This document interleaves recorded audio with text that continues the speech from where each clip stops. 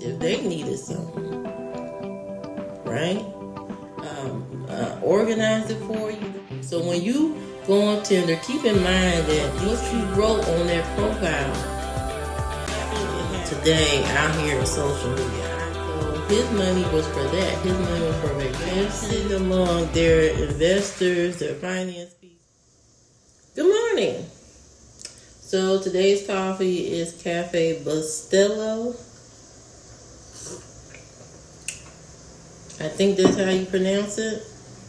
But today I wanted to talk about what is a con man. What is a con man? Or more or less, what is it when somebody is tricking you? How do you know these things? How do you know somebody's tricking you into something? Every day you experience this type of trickery when you maybe buy a product and it says it's going to do all these wonderful things. It says it's going to brighten your skin. It's going to make your eyelashes longer, make your hair grow longer, make your feet look good, and they make all these promises.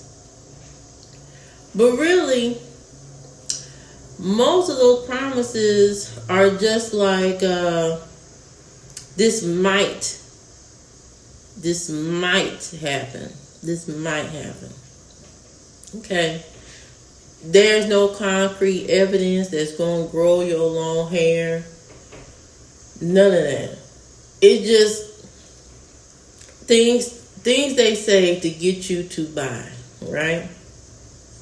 People do this all the time. Advertisers do this all the time. They pump you up. It's just sometimes just to let you down. You go buy this stuff, you save all your money, you wait till payday, you hurry up, go get this product, and what happens? You use it for 2-3 weeks, no results. Absolutely none. You were fooled by the words on the package. You were fooled by the commercials. You were fooled by the branding of the said package. And here you are, upset because why? It doesn't work. It doesn't work at all. You are totally distraught. That's how this trickery works. But it also works when it comes to people trying to really con you out of something. Just like a hacker is trying to get access to whatever you got, your passwords, your bank account, or whatever. They use some form of trickery to get you to give them access. Because why? You are the target. Not your computer, not your device. You are the target. Okay?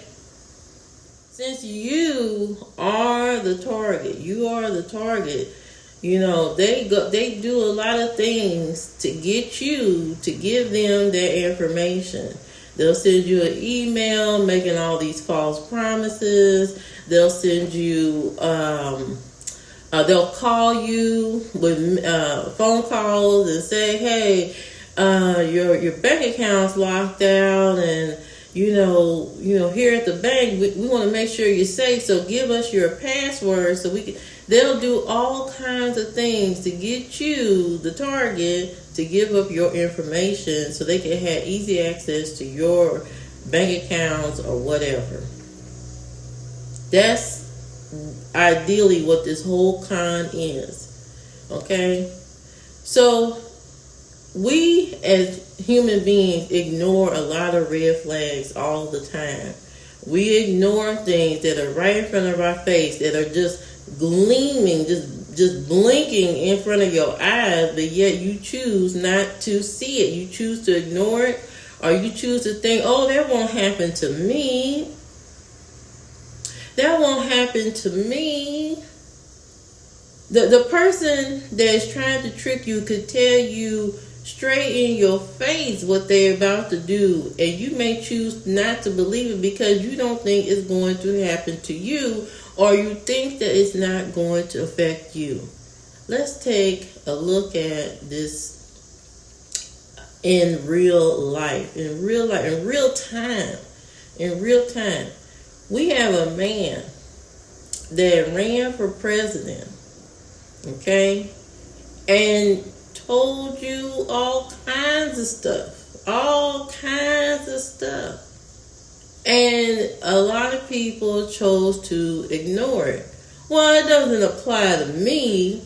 Or they try to rewrite the narrative and say, oh, he didn't mean that.